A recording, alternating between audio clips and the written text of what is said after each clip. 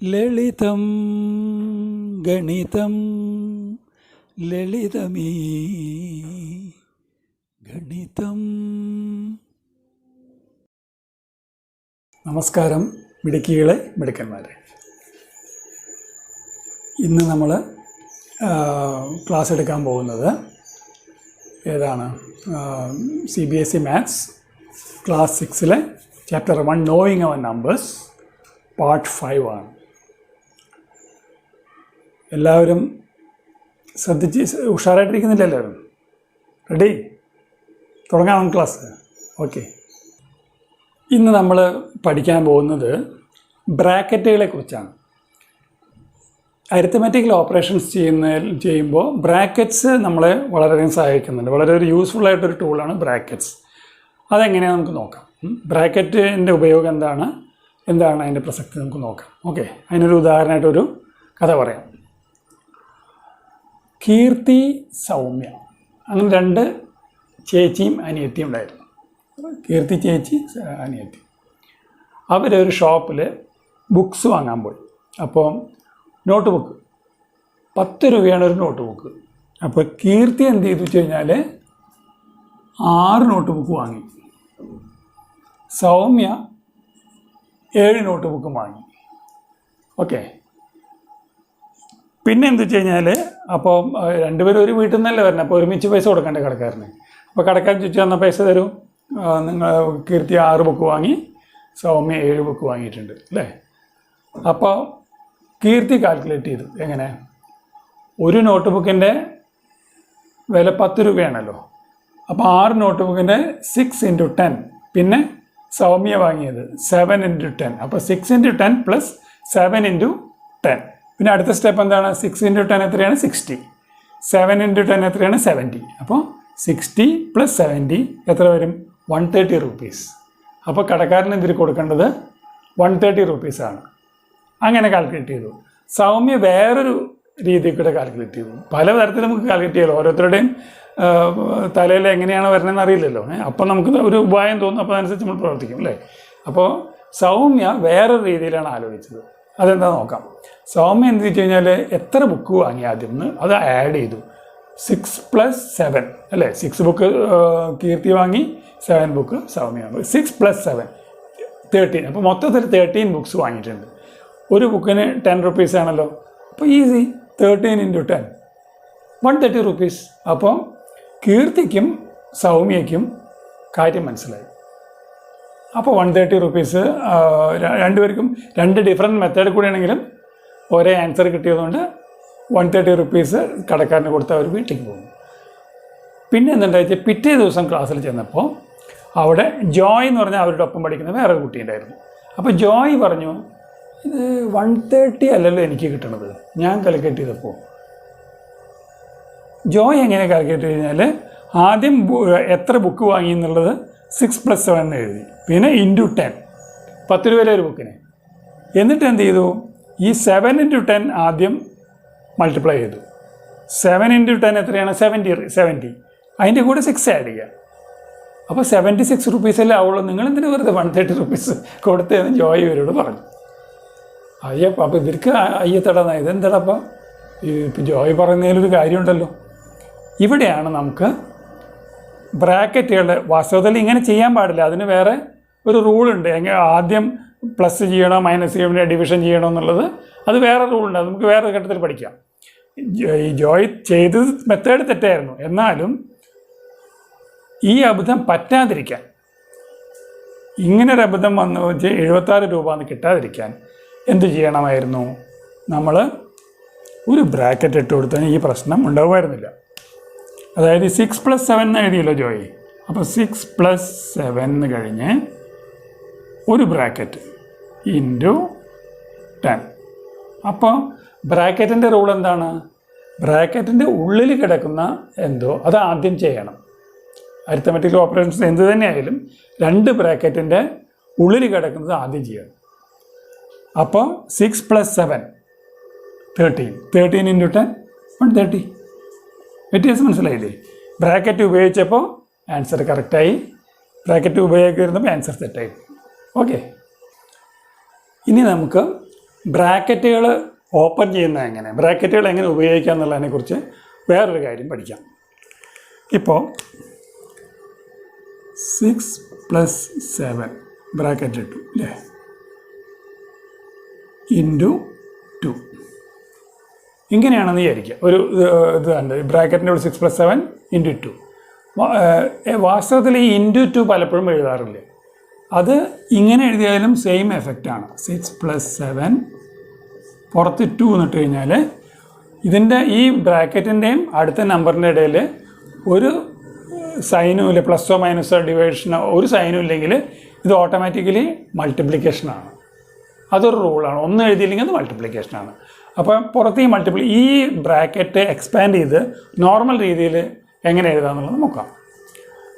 എന്ത് ചെയ്യണമെന്ന് വെച്ച് കഴിഞ്ഞാൽ ബ്രാക്കറ്റിൻ്റെ ഉള്ളിലുള്ള ഓരോ നമ്പറും പുറത്തുള്ളതുമായിട്ട് മൾട്ടിപ്ലൈ ചെയ്ത് എഴുതാണ് വേണ്ടത്. ഇപ്പോൾ ആദ്യം 6 × 2, അതായത് ഈ പുറത്ത് കിടക്കുന്ന 2 ഈ മൾട്ടിപ്ലിക്കേഷൻ സിമ്പല് ഇതിൽ ഓരോ എലമെൻറ്റിനും ബാധകമാണ്. അപ്പോൾ 6 × 2, പിന്നെ ഇതിൻ്റെ ഉള്ളിലുള്ളത് അങ്ങനെ തന്നെ നിൽക്കണം പ്ലസ്, പിന്നെ 7 × 2. ഓക്കെ, അപ്പം പിന്നെ എന്ത് വരും? 6 × 2 12, 7 × 2 14, അപ്പോൾ 26. ഓക്കെ, ഇതാണ് ബ്രാക്കറ്റ് എക്സ്പാൻഡ് ചെയ്യാനുള്ളൊരു രീതി. ഇനി ഇത് തന്നെ ഡബിൾ ബ്രാക്കറ്റ് ആണെങ്കിൽ എങ്ങനെയാണെന്ന് നോക്കാം. 5 + 6 7 + 2. ഓക്കെ, ഇതിങ്ങനെയാണെങ്കിൽ രണ്ട് ബ്രാക്കറ്റിൻ്റെയും നടുവിൽ പ്രത്യേകിച്ച് പ്ലസ് മൈനസ് ഡിവിഷൻ മൾട്ടിപ്ലിക്കേഷൻ ഒന്നും കൊടുത്തിട്ടില്ല. പക്ഷേ ഒന്നും കൊടുത്തിട്ടില്ലെങ്കിൽ അതിൻ്റെ അർത്ഥം മൾട്ടിപ്ലിക്കേഷൻ എന്നാണ്. അത് അണ്ടർസ്റ്റുഡാണ്. ഇപ്പോൾ ഇവിടെ നമ്മൾ നേരത്തെ ഒരു ബ്രാക്കറ്റിൻ്റെ പുറത്ത് ഒരു നമ്പറേ ഉണ്ടായിരുന്നുള്ളൂ. ഇവിടെ ബ്രാക്കറ്റിൻ്റെ പുറത്ത് വേറൊരു ബ്രാക്കറ്റാണ്. അപ്പോൾ നമ്മൾ എന്ത് ചെയ്യണമെന്ന് വെച്ച് കഴിഞ്ഞാൽ രണ്ടാമത്തെ ബ്രാക്കറ്റിലെ ഒരു ഇതെടുക്കുക, അതിനെ ഇതിൽ ഓരോന്നിനോട് മൾട്ടിപ്ലൈ ചെയ്തിട്ട് എഴുതുക. അത് കഴിഞ്ഞിട്ട് രണ്ടാമത്തെ ബ്രാക്കറ്റിലെ രണ്ടാമത്തെ നമ്പർ എടുക്കുക, അതുകൊണ്ടും ഇതിൽ ഓരോന്നിനെയും മൾട്ടിപ്ലൈ ചെയ്ത് എഴുതണം. അങ്ങനെയാണ് ബ്രാക്കറ്റ് എക്സ്പാൻഡ് ചെയ്യുക. കാണിച്ചു തരാം. ആദ്യം 7 എടുത്തു, 7 കൊണ്ട് മൾട്ടിപ്ലൈ 7 × 5, 7 × 5, പിന്നെ ഈ പ്ലസ് എപ്പോഴും നടുവിലിടണം. പിന്നെ 7 × 6, 7 × 6. ഓക്കെ, പിന്നെ പ്ലസ് ഇത് 2 എടുത്തു, 2 × 5, 2 × 5, പ്ലസ് അപ്പോഴും പ്ലസ് ഇതിൻ്റെ ഓരോന്നിൻ്റെ നടുവിൽ വേണം, 2 × 6 അല്ലേ. അപ്പോൾ 7 × 5 35, പ്ലസ് 7 × 6 42, പ്ലസ് 2 × 5 10, പ്ലസ് 2 × 6 12. അപ്പോൾ എന്തായി?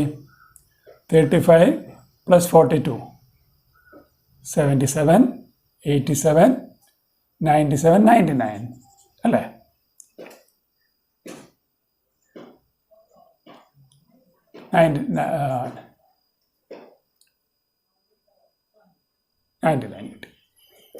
കിട്ടി. ഇതാണ് ബ്രാക്കറ്റ് എക്സ്പാൻഡ് ചെയ്യാനുള്ള മെത്തേഡ്.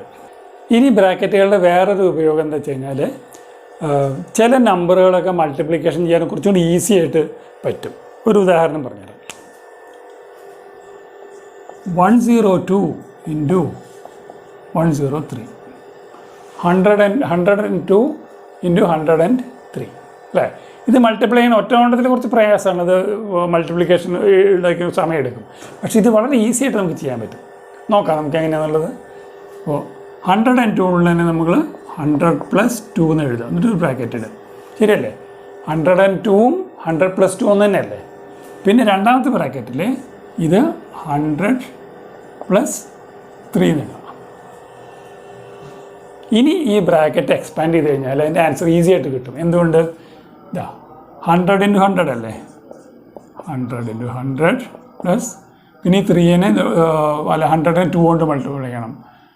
100 × 2 പ്ലസ് ഇനി ഈ 3 വെച്ചിട്ട് 3 കൊണ്ട് ഈ ലെഫ്റ്റ് സൈഡിലെ ബ്രാക്കറ്റിൽ ഓരോന്നിനെ മൾട്ടിപ്ലൈ ചെയ്യണം. 3 × 100,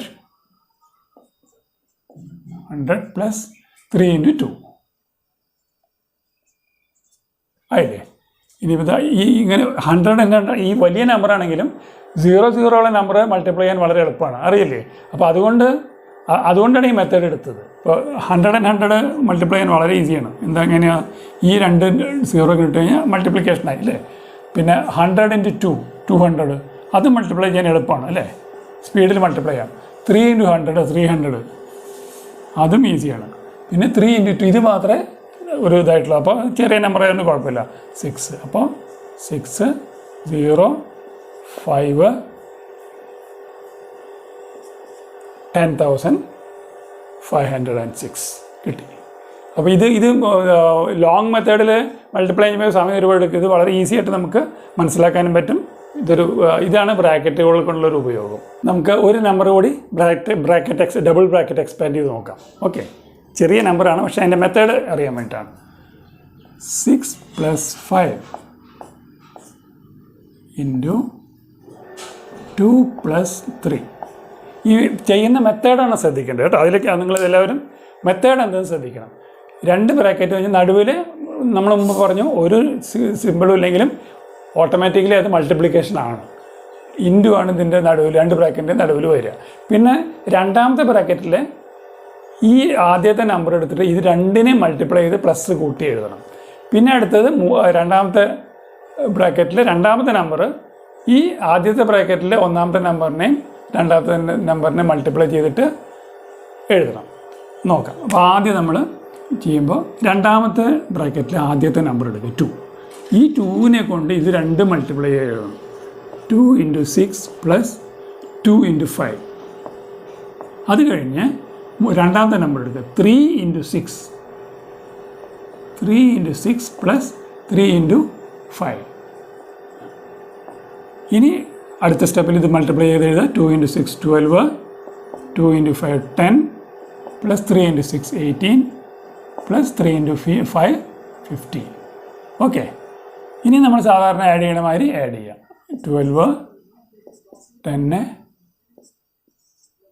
18 15. ഓക്കെ,